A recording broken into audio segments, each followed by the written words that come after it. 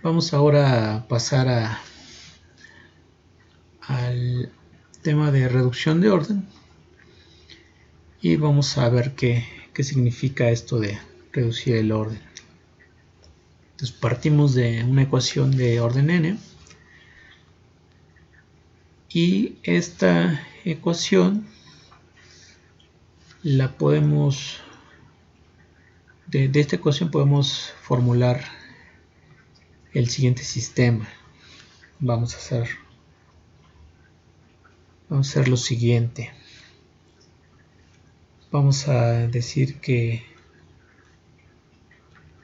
x1 es igual a y,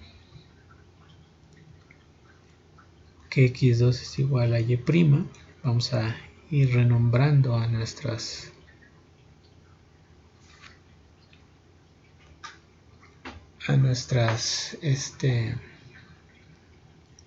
variables de la ecuación de orden n, que son las derivadas de y de orden menor que n, de la forma en que lo estamos haciendo aquí. Seguimos de esta forma. Decimos que xn-1 no es más que la derivada n-2 de y, y por último x a la n es la n-1 derivada de y. Pero aquí en realidad lo que estamos diciendo es lo siguiente. Observen, como x1 es igual a y x2 es igual a y', si la ecuación que tenemos aquí arriba, la primera ecuación x1 igual a y, la derivamos, tendríamos que y' es igual a x1'. Entonces eso lo podemos poner aquí. Entonces y' es igual a x1'. Y podemos seguir haciendo lo mismo en todas las demás ecuaciones. Y nos vamos a dar cuenta que, por ejemplo, xn-1 no es más que xn-2'. Y por último xn no es más que xn-1'. Y entonces, con esto que tenemos aquí, esto nos va a llevar a un nuevo sistema que podemos escribir como x1' es igual a x2, x2' es igual a x3,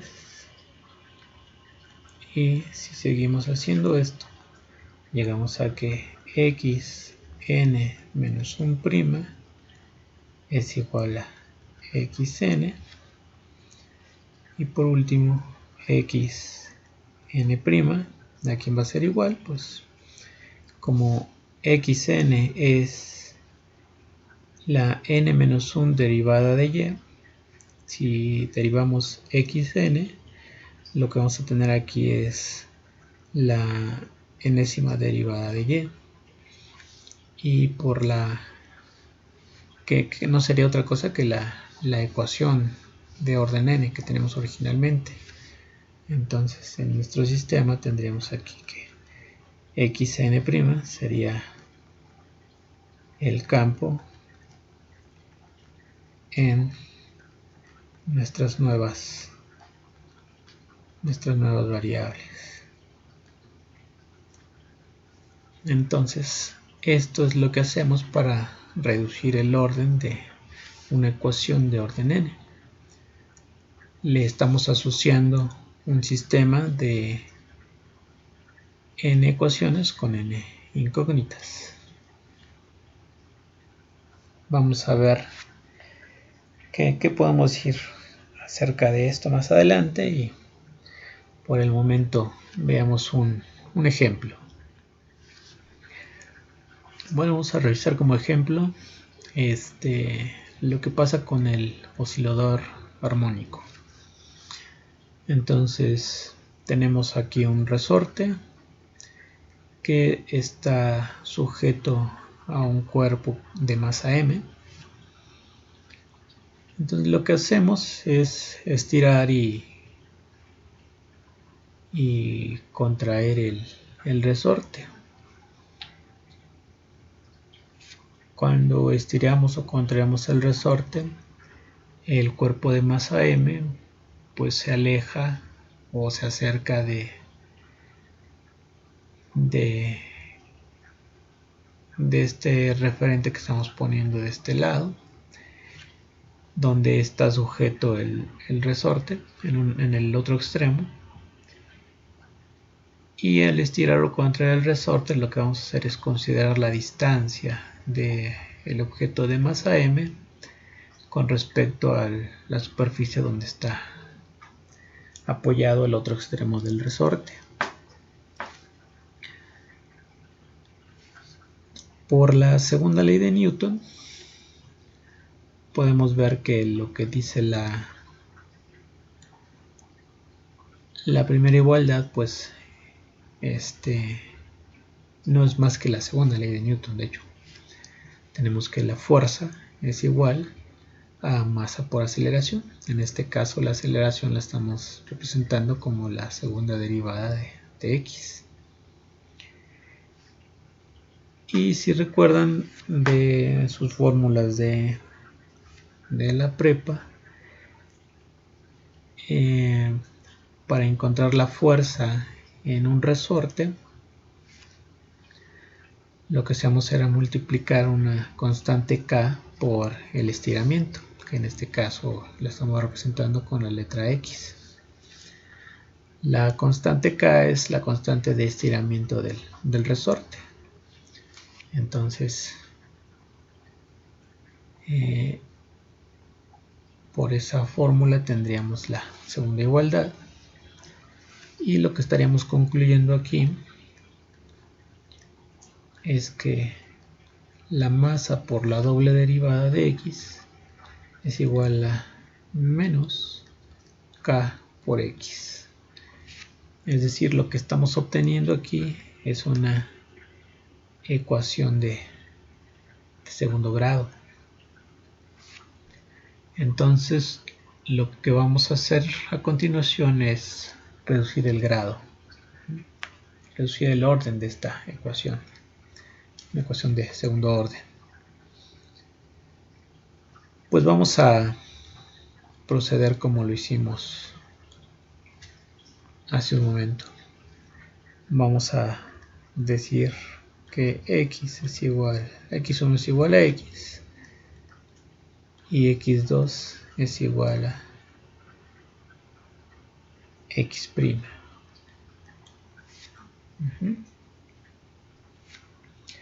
Entonces, como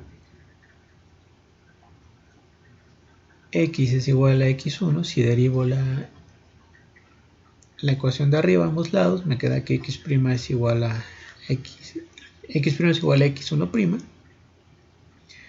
Entonces solo puedo escribir aquí x' es igual a x1'. Y esto me lleva al nuevo sistema, que es x1' no es más que x2, aquí lo tenemos en esta ecuación, y la otra sería que x2' es igual a menos k por x entre m, ya que si x2 es igual a x', entonces de aquí tendremos que x2' es la segunda derivada de x, y lo único que estaré haciendo sería despejar la segunda derivada de x de la ecuación diferencial que tenemos originalmente.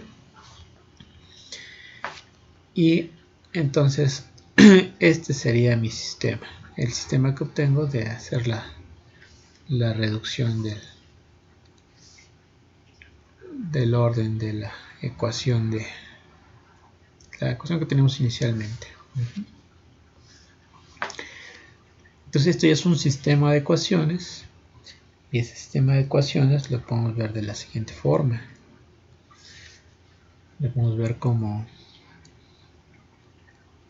x1', x2' es igual a una matriz por el vector x1, x2, donde la matriz que vamos a tener aquí asociada al sistema es la siguiente.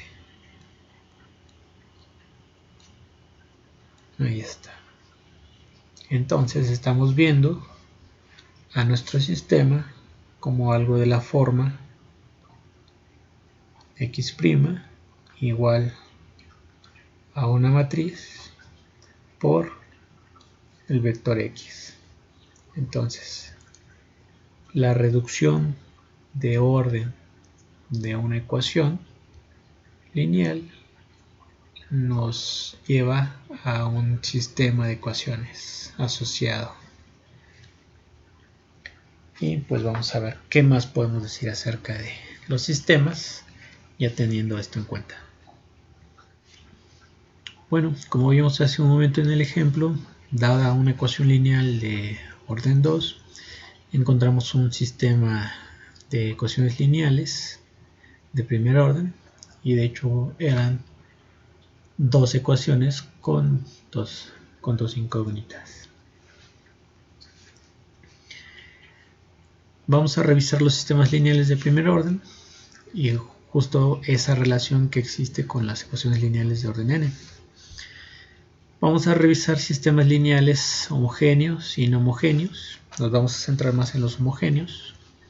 En los homogéneos vamos a probar que el conjunto solución es un espacio vectorial, lo cual nos va a decir cómo serán las soluciones. Y en los sistemas no homogéneos vamos a recordar el método de resolución de los sistemas a partir de la solución general del sistema homogéneo asociado. Entonces vamos a empezar con los sistemas homogéneos y lo que nos va a importar será lo siguiente. Vamos a ponerlo como una observación. Dada la relación que existe entre las ecuaciones de orden n y los sistemas de n ecuaciones, pues vamos a dar algunos resultados para los sistemas con los cuales vamos a deducir resultados para las ecuaciones de orden n. Antes de ver los resultados que nos interesan acerca de los sistemas lineales, vamos a tomar en cuenta este teorema. Este teorema no lo voy a demostrar, pero vamos a considerar lo que dice. Dice que si tenemos un intervalo abierto en los reales y consideramos funciones a i j y b i j continuas dentro del intervalo y tomamos una tau en el intervalo y una xi, un vector xi en Rn, el teorema nos dice que existe entonces una única solución de este estilo de este sistema de ecuaciones lineales tal que satisface esta condición, que x evaluado en tau me da xi. Y además nos dice que esta solución está definida en todo el intervalo. Entonces este teorema no lo vamos a demostrar, pero lo vamos a considerar porque lo vamos a utilizar más adelante.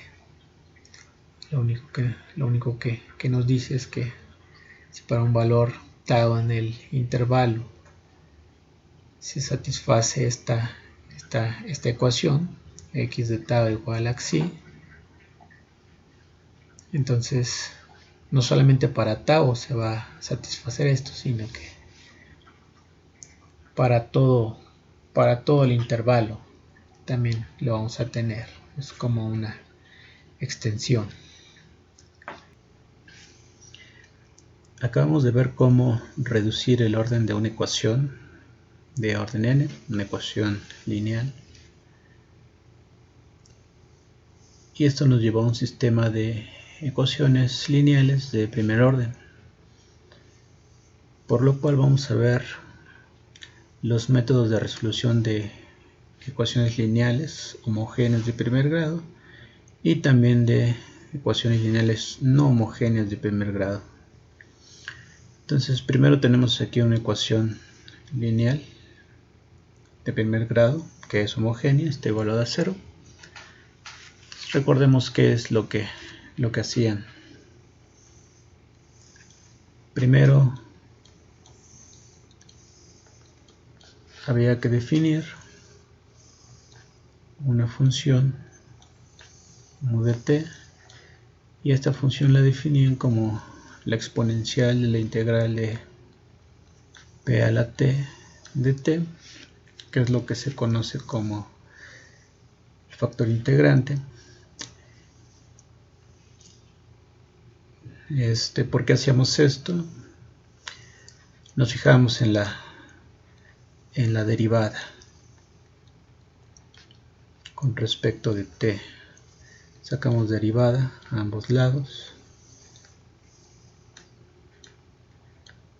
La derivada de la exponencial de la integral de p de t de t.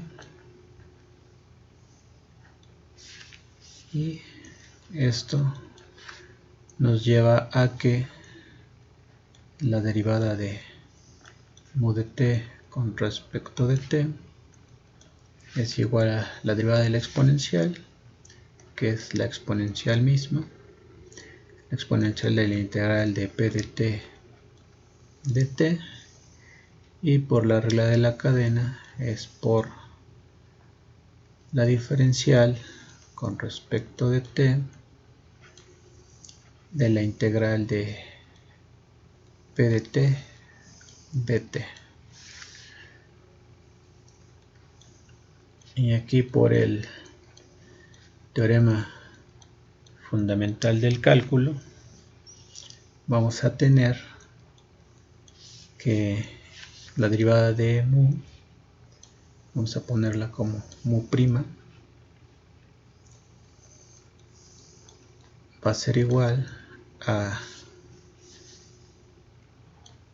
e, la exponencial de la integral de p de t de t, por, y aquí pues por el teorema fundamental del cálculo dijimos, por p de t. Ok, pero recordemos que la exponencial de la integral de p de t es mu, entonces esto lo podíamos reescribir como mu de t es igual, bueno, mu de t' es igual a mu de t por p de t. Hasta ahí teníamos ese resultado, y ahora lo que veíamos, vamos a poner aquí por otro lado, hacíamos lo siguiente: nos fijábamos quién era la derivada con respecto de t de el producto de mu por x, y esto pues es la derivada de un producto.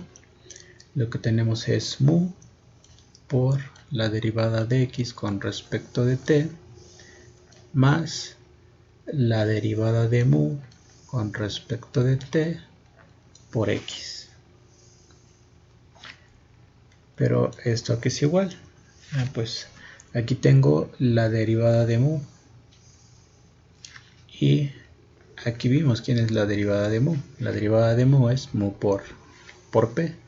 Entonces esto lo podemos escribir como mu por la derivada de x con respecto de t más mu por p por x. Y si factorizamos mu, nos queda mu por la derivada de x con respecto de t, que vamos a escribirla como x', más P por X. Y hacíamos eso porque, si recordamos,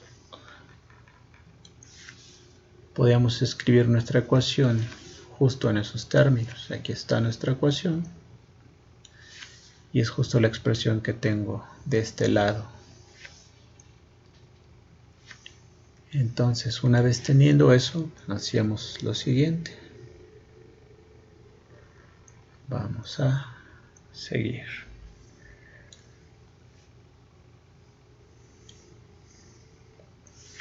Tenemos lo siguiente, entonces, que mu por x, la derivada de mu por x es igual a mu por x' más px.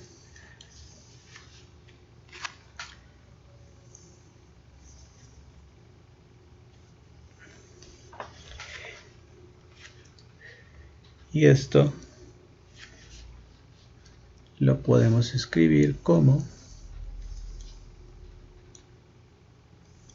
la derivada de mu por x' igual a mu por 0, pues nuestra ecuación homogénea es x' más p por x igual a 0. Pero mu por 0 es igual a 0. Entonces tenemos que mu por x' es igual a 0. Y lo que hacemos ahora es integrar a ambos lados. La integral de la derivada de mu por x es igual a la integral de 0 con respecto de t. Si integramos del lado izquierdo, simplemente vamos a tener mu por x, y del lado derecho pues nos queda una constante de integración al integrar la función 0. Y de aquí pues prácticamente ya hemos terminado, porque solo nos basta con despejar x, y así tenemos que x es igual a c sobre mu.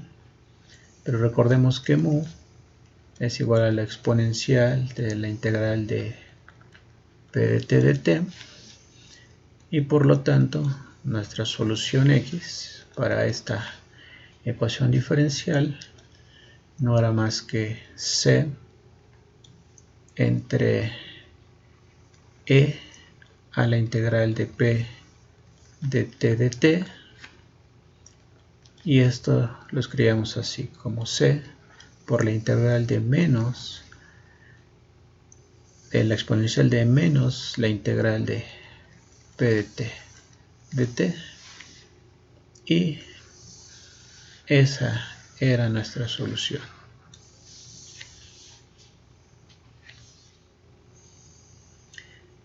Revisemos este ejemplo. Vamos a resolver una ecuación lineal de primer orden homogénea. Entonces, lo primero que hacemos es encontrar mu de t, que es la exponencial de la integral del coeficiente de x, que en este caso es a, con respecto de t, y eso no es más que e. Integramos, esta constante sale de la integral, me queda la integral de t, entonces aquí me queda que es la exponencial de a por t. Entonces ya tenemos nuestra mu, y lo que hacemos es multiplicar a toda nuestra ecuación por esa mu.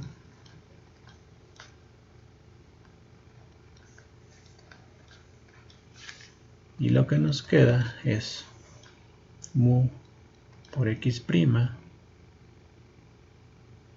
más a mu por x igual a 0, pero pues ponemos quién es mu. Mu es e a la at, entonces tendría e a la at por x' más a por e a la at por x igual a 0. Pero como lo hicimos en el desarrollo de la resolución, nos damos cuenta de que la expresión que tenemos del lado izquierdo de la igualdad no es más que la derivada de un producto de e a la at por x igualado a 0. Y entonces podemos integrar. La integral de e a la at de x derivada es igual a la integral de 0 de t. Y esto lo que nos queda pues es e a la at por x igual a una constante, y entonces ya podemos decir que x es igual a c por e a la menos a por t, y esa es nuestra solución.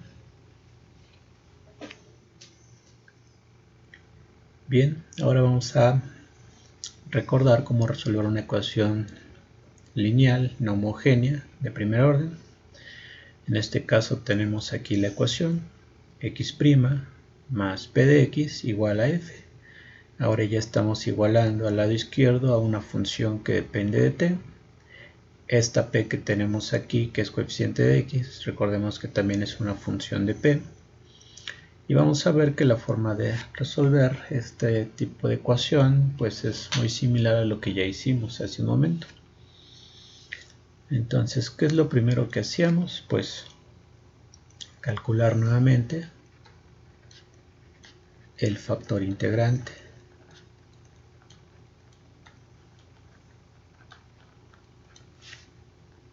Entonces ponemos mu de t es igual a e, la exponencial de la integral de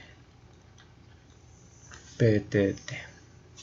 Ok, y una vez que tenemos el factor integrante, hacemos lo mismo que hicimos hace un momento. Multiplicamos la ecuación por mu. Y al multiplicar la ecuación por mu, lo que tenemos es lo siguiente. Tenemos mu por x' más px es igual a mu por f. Ahora 3. Ahora recordemos lo siguiente. Como la derivada de este producto ya vimos que era igual a mu por y' más p. Aquí estoy cambiando las variables. Mu x' es igual a mu x' más px. Entonces vamos a ponerlo aquí adelante. Entonces la derivada de mu por x es igual a mu por f.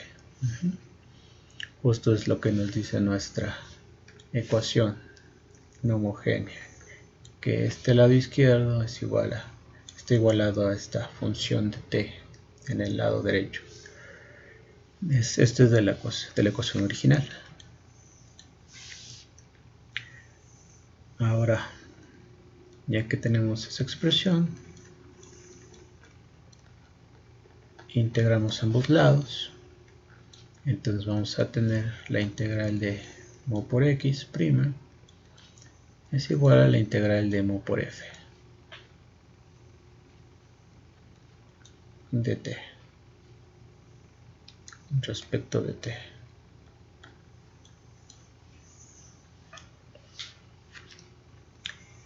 y hacemos las integrales. Nos queda que mu por x es igual a la integral de mu por f de t más una constante, que esta constante es la que sale de la integración de esta integración de este lado. Y entonces, bueno, cuando hagamos la integración de este lado, una vez que tengamos las funciones explícitas, también nos va a dar una constante y la podemos sumar con esta. Al final la suma de dos constantes también es una constante y no vamos a tener ningún problema. De aquí lo único que nos queda por hacer es despejar a nuestra x. Entonces tenemos que x es igual a esta mu, la pasamos de este lado. Mu por la integral de mu por f con respecto de t, más c entre mu. Y si regresamos a nuestros términos originales, tenemos que nuestra solución es 1 entre mu, pero ya sabemos que mu es la exponencial de la integral de p de t de t, por la integral de mu otra vez, la exponencial de la integral de p de t de t por f respecto de t, más c entre la exponencial de la integral de p de t de t.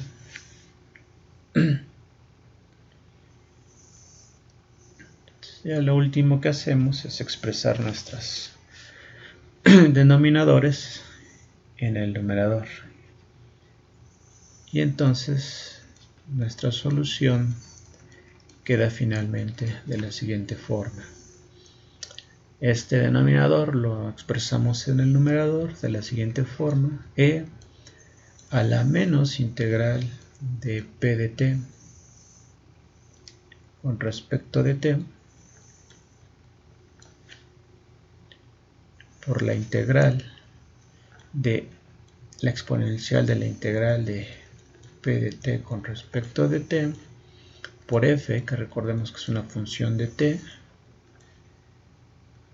más c veces la exponencial de menos la integral de p de t de t.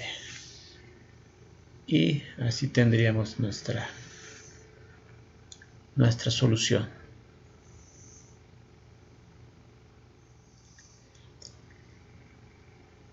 Resolvamos un ejemplo de una ecuación lineal de primer orden, no homogénea, donde la función f que depende de t la vamos a tomar como c por la exponencial de lambda veces t. Entonces lo que tendríamos es que x' menos lambda x es igual a c por e a la lambda t.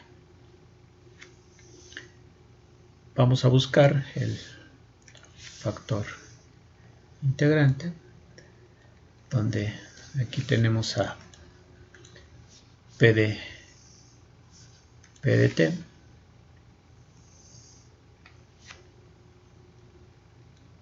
función que depende de t, que es una constante, y entonces el factor integrante no es más que la exponencial de la integral de p de t de t, es decir, la exponencial de la integral de menos lambda con respecto de t. Esto es igual a la exponencial de menos lambda por la integral de t, y lo que nos queda es que mu de t es igual a menos lambda veces t.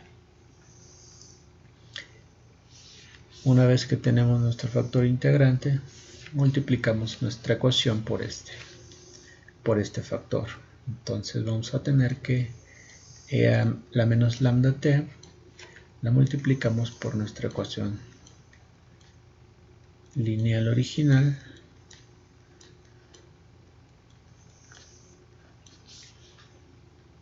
y tendremos lo siguiente. Vamos a tener que e a menos lambda t por x' menos lambda por e a la menos lambda t por x es igual a c por e a la lambda t por e a la menos lambda t.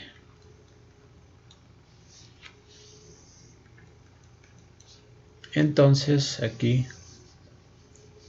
podemos recordar que esta es la derivada de un producto, del producto de e a la menos lambda t por x, y del lado derecho esta multiplicación por las leyes de los exponentes, pues aquí nos va a dar e a la 0, y e a la 0 no es más que 1, y 1 por c es igual a c. Entonces, una vez que tenemos esto, integramos a ambos lados.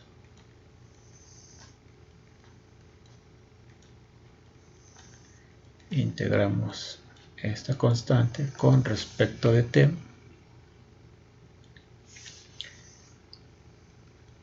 Y lo que nos queda es e a la menos lambda t por x es igual a c por t más una constante que vamos a llamarle C1, la constante de integración.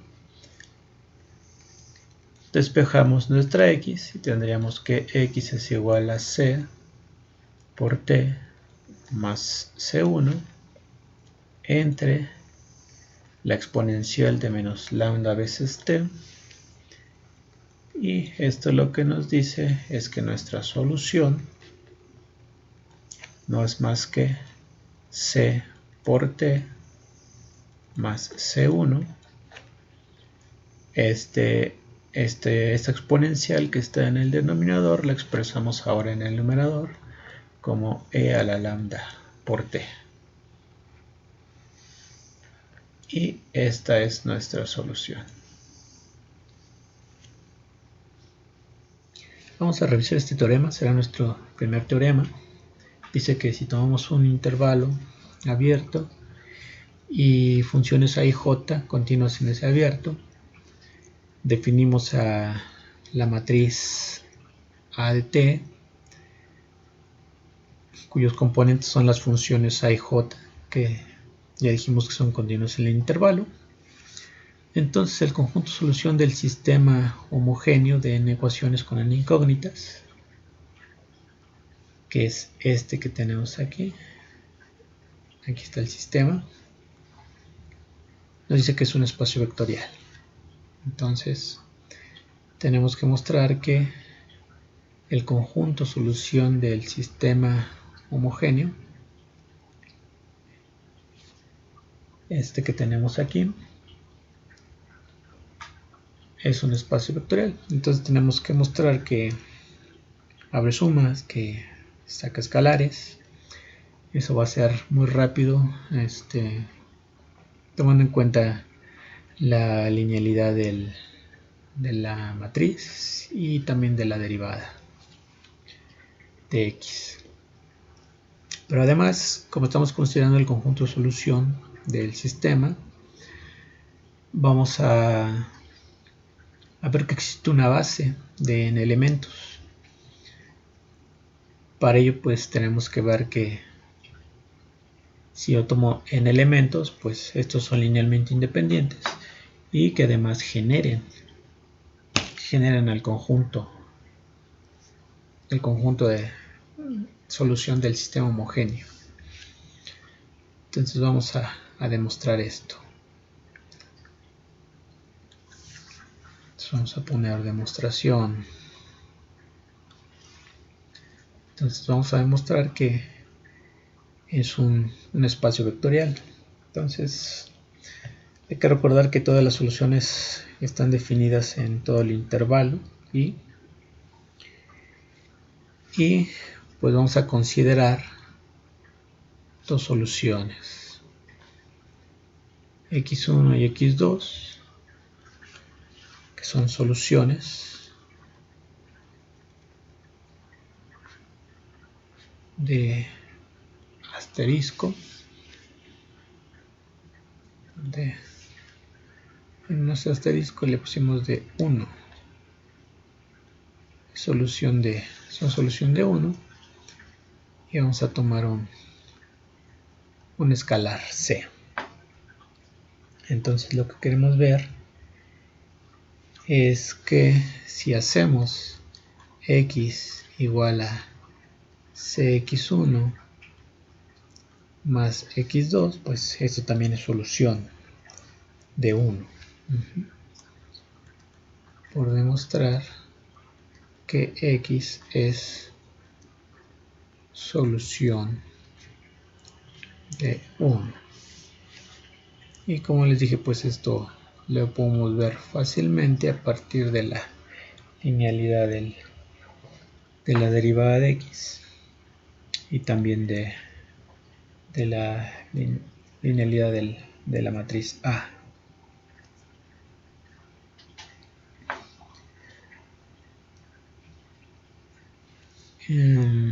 Entonces vamos a ver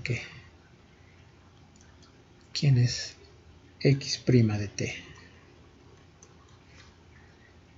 Pues x' de t no es más que c por x1 de t más x2' de t. Pero como x1 y x2 son soluciones de 1, esto va a ser igual a c por a de t por x1 más a de t por x2, donde, como les dije, la función at x1 o la función at de x es lineal. Entonces podemos de cierta forma factorizar a la matriz A de t y tendríamos aquí por c de x1 de t más x2 de t, pero esto no es más que a de t por x de t, con lo cual pues estamos viendo que x es solución de 1, por lo tanto es un espacio vectorial. Ahora, como les dije, vamos a ver que existe una base del espacio de las soluciones, y que esta solución está formada por exactamente n soluciones y que son linealmente independientes y que generan. Entonces, primero, considerando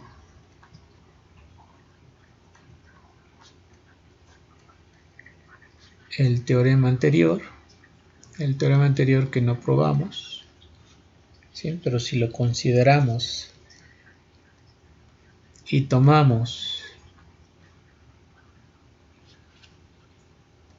una tau en el intervalo que sea fija, o sea, la estamos fijando,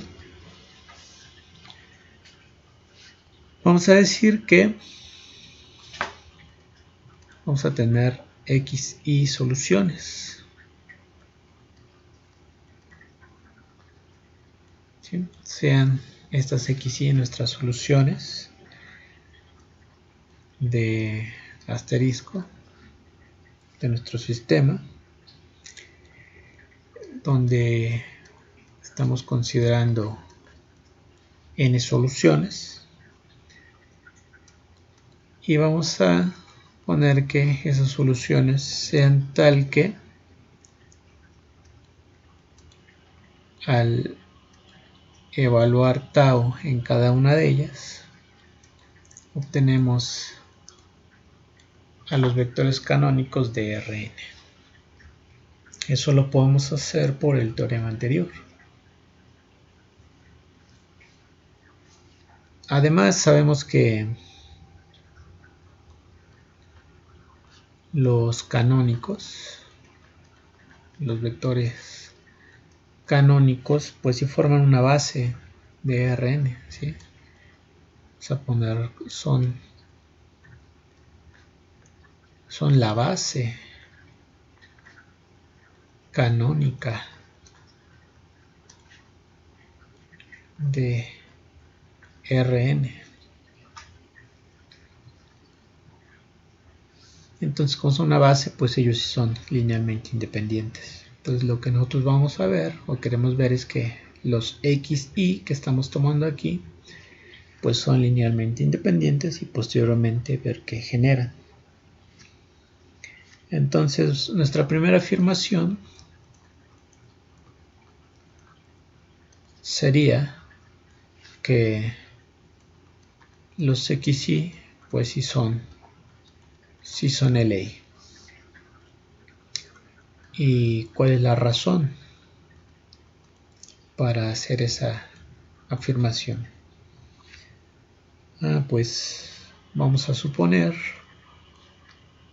que tenemos C1, C2, C3 hasta Cn escalares tales que si yo me tomo una combinación lineal de mis funciones xy igualadas a la función 0, esto para todo t en el intervalo, pues lo que queremos demostrar sería que la única solución para esta ecuación pues es la trivial, es decir, tenemos que demostrar que las i son igual a 0 para toda i que va desde 1 hasta n. Pero pues eso es fácil si tomamos t igual a tau. Porque si tomamos t igual a tau, entonces podemos decir que C1 por x1 de tau más C2 de x2 de tau más hasta llegar a Cn de xn de tau, pues no es más que C1 por E1 más Cn por En, que es una combinación lineal de los canónicos. Y como ya habíamos dicho que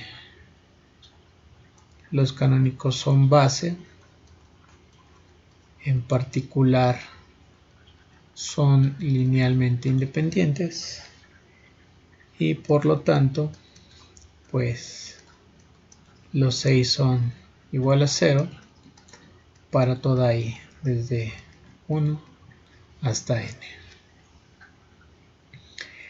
Entonces ya tenemos que justo esas soluciones xy son linealmente independientes.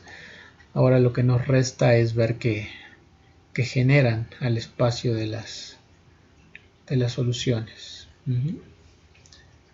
Entonces para ello vamos a hacer lo siguiente. Vamos a considerar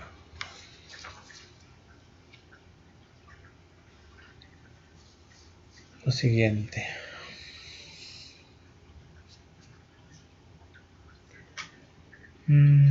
Vamos a dar una solución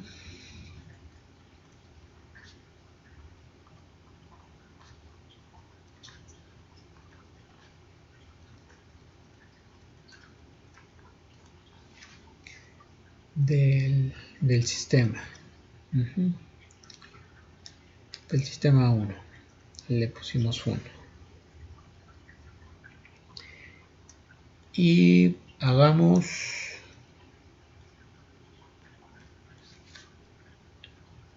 xi igual a x de tau, donde ya habíamos dicho que xi es un vector de Rn. Entonces nuevamente, si consideramos a los canónicos como son una base,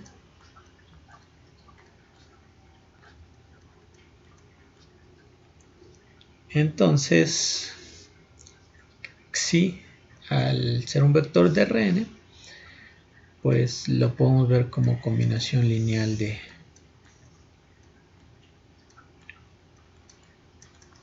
los canónicos, de E1 hasta En, Cn y a la n. Eso es simplemente por ser una base.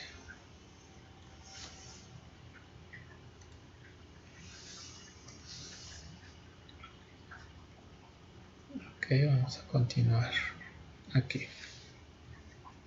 Ok.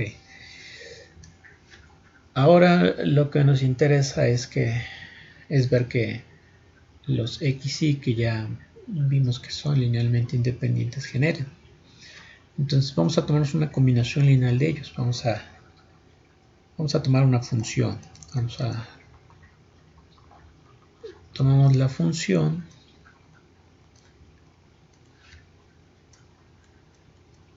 y de t, que sea justo una combinación lineal de mis xy.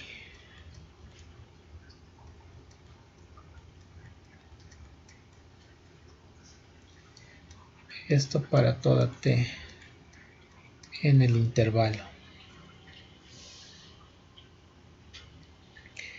Como ya vimos que el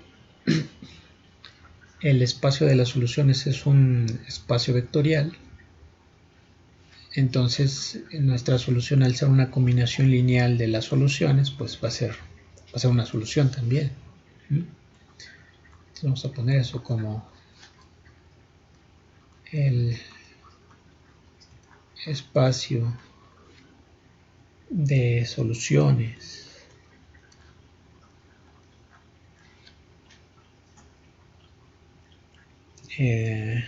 es un espacio vectorial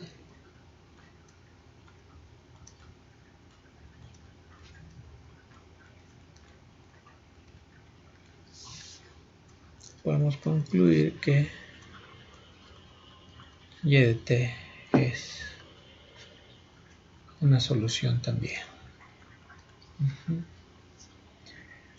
Ok, ahora,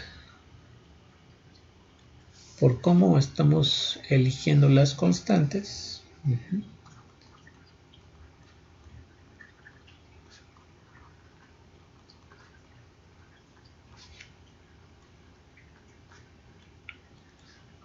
cómo elegimos a las 6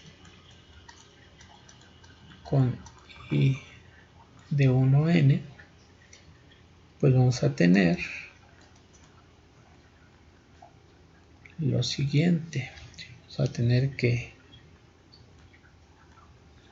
y de tau es igual a xi.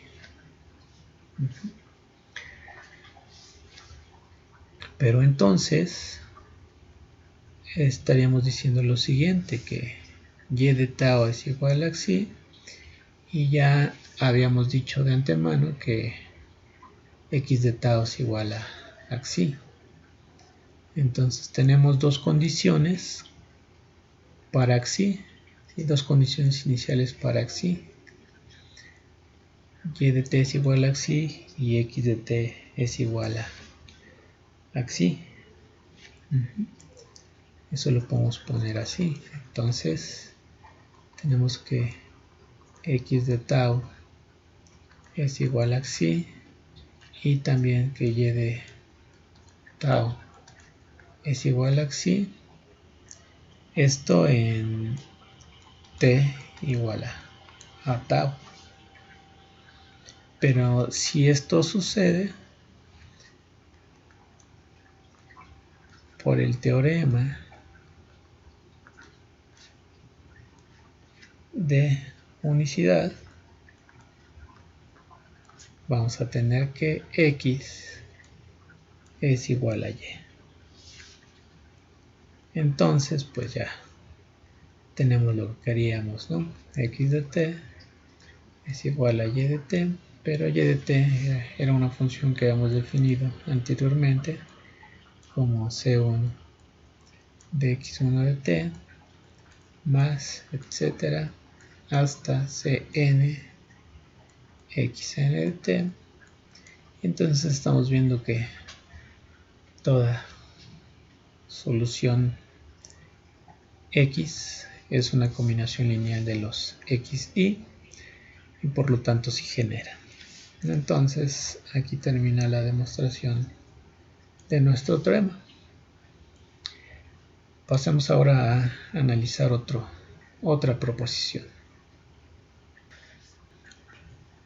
Esta proposición dice lo siguiente, dice que si tenemos n soluciones de el sistema 1, el que vimos en el teorema pasado, y tomamos tau en el intervalo, entonces esas soluciones que vimos que son funciones desde x1 hasta xn van a ser linealmente independientes, justo como funciones de tn, si solamente si los vectores x1 y xn evaluados en tau también son linealmente independientes, pero ya como vectores en Rn. Entonces, si son linealmente independientes como funciones, son linealmente independientes como vectores y viceversa. Eso es lo que vamos a demostrar. Entonces, vamos a demostrar la ida. Entonces, como en el teorema anterior, vamos a suponer que x1 evaluado en tau hasta xn evaluado en tau son Li. Son linealmente independientes en Rn. Entonces aquí la demostración que estoy haciendo, de hecho sería el regreso, entonces esta. Suponiendo que estos vectores son linealmente independientes en Rn, entonces ahora lo que tenemos que demostrar es que como funciones también van a ser linealmente independientes. ¿Qué vamos a hacer? Vamos a hacer lo siguiente.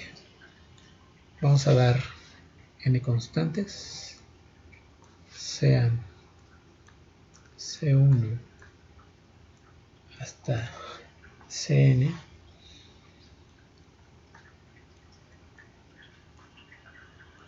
constantes tales que van a satisfacer lo siguiente, que si tomamos una combinación lineal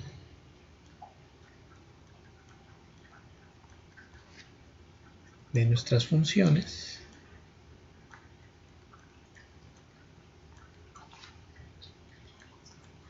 y esa combinación lineal igualada a 0, pues lo que queremos demostrar es que justo las Ci's todas son todas iguales a 0. Y pues eso es muy sencillo, ¿no? Si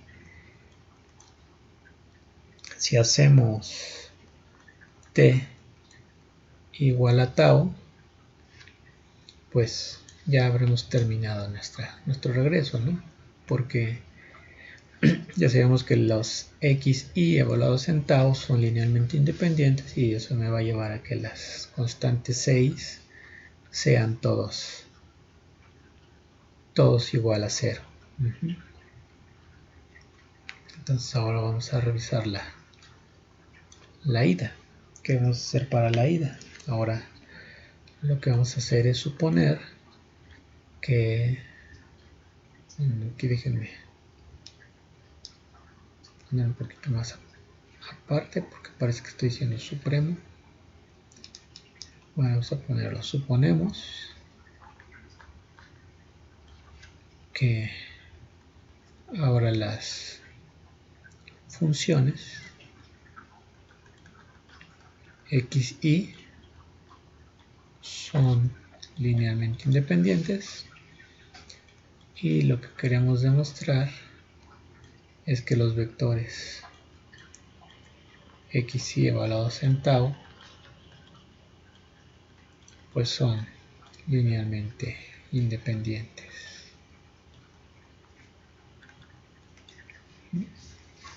Entonces ahora vamos a hacer algo similar también, o sea, tenemos que ver que para cualquier combinación que tomemos de los x y tau igualada a 0, pues hay que ver que las c y son todas iguales a 0. Entonces pues empezamos haciendo eso, ¿no? Si tomamos c1 x1 de tau más etcétera hasta cn de xn de tau, una combinación lineal igualada a 0, pues hay que mostrar que todas las 6 son idénticamente 0. Entonces para esto vamos a dar una combinación de nuestras funciones x, y. Vamos a ver una función yt que sea justo una función combinación lineal de las funciones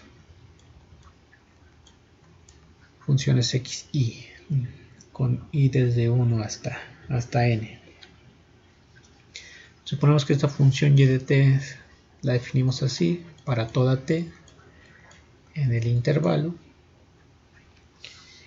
y pues aquí lo que podemos decir es que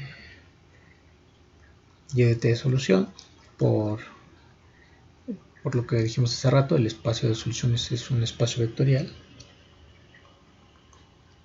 Entonces solución de 1 sigue siendo, y además vamos a tener lo siguiente, que y de tau es igual a 0. Y esto es por lo que tenemos aquí, ¿sí? Si nosotros evaluamos a y en tau, lo que tenemos es c1 por x1 de tau más hasta cn por xn de tau, que es lo que está aquí arriba, pero eso es igual a 0. Eso quiere decir que y de tau es igual a 0. Esto es una condición inicial que le estamos poniendo a y, o que satisface y. Pero por el teorema de existencia y unicidad,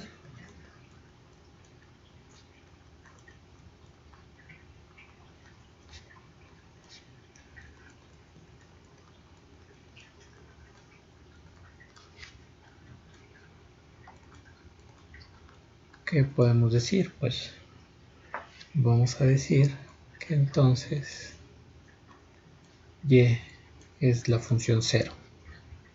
y esto para toda t en el intervalo.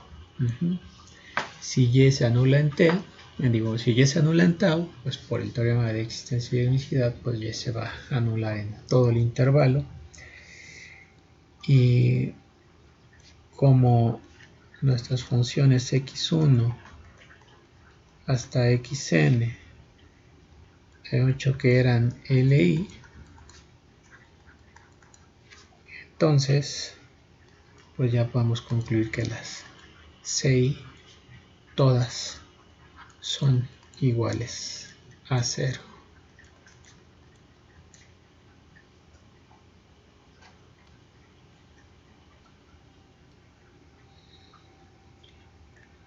Y terminamos la demostración de nuestra proposición.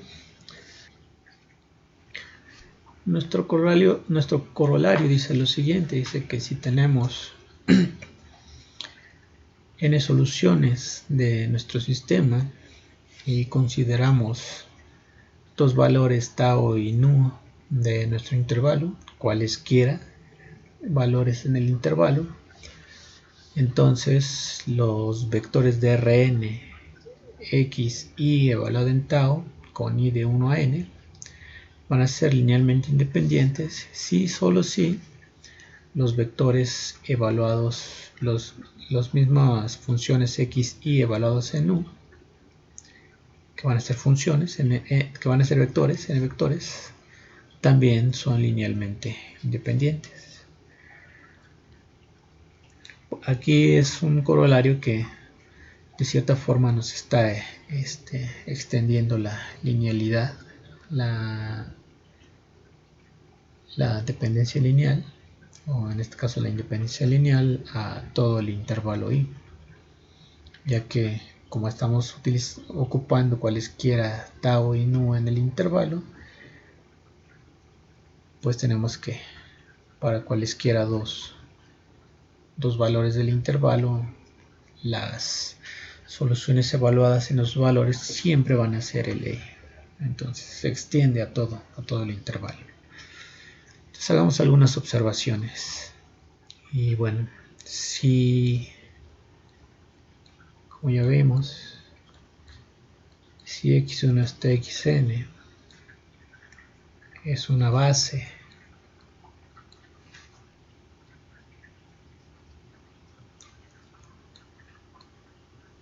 del espacio de soluciones de nuestro sistema 1,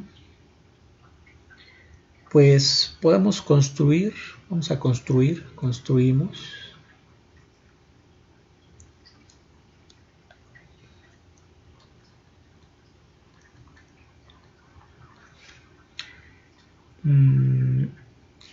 Q, vamos a llamarla Q de T, una matriz que va a ser la matriz que va a estar formada por todas estas soluciones. X2, las columnas de esta matriz van a ser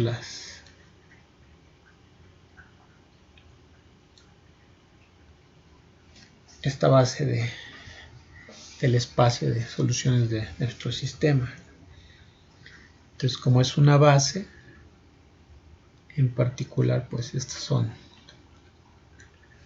linealmente independientes. Entonces, primero vamos a notar que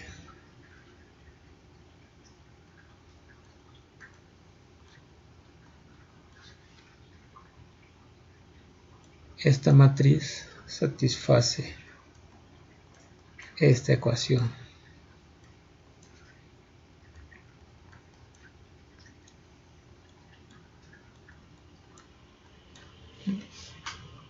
Entonces, esta ecuación es justo la ecuación de nuestro sistema, es decir, la matriz satisface al sistema, es una solución también. A esta matriz se le conoce como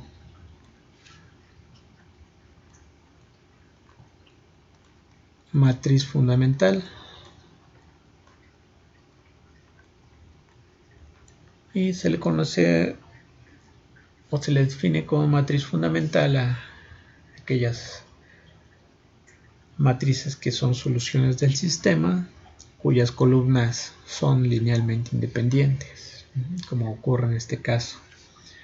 Entonces es una solución matricial que es fundamental, es lo que vamos a decir.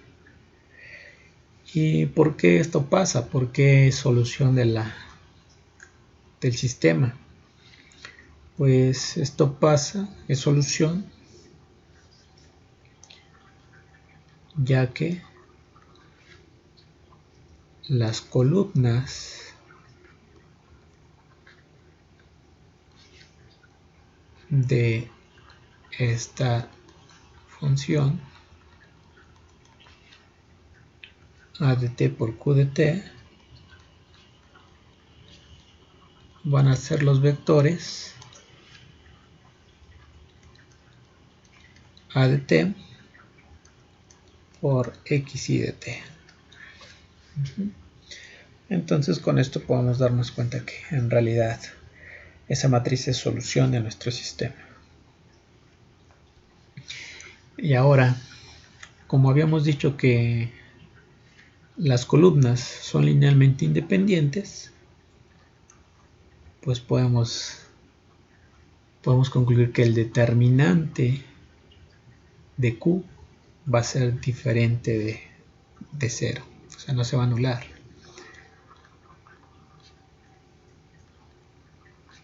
Como las x, y son linealmente independientes, entonces el determinante de Q es diferente de 0. Y por el corolario anterior,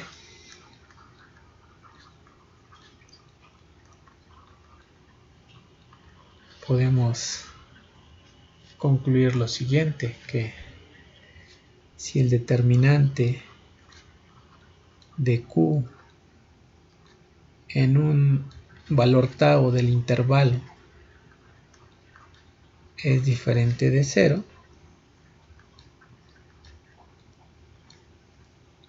esto pasa si, solamente si, el determinante de Q de t es igual a 0, o es diferente de 0, perdón, para toda t en el intervalo. O sea, estamos extendiendo nuevamente este resultado a cualquier t del intervalo. Esa era nuestra primera observación.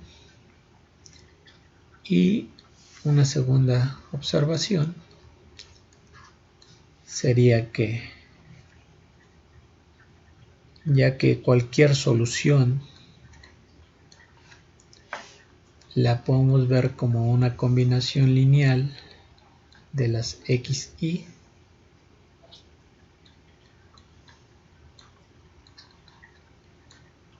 de esta forma, entonces pues esto no es más que verlo como una matriz donde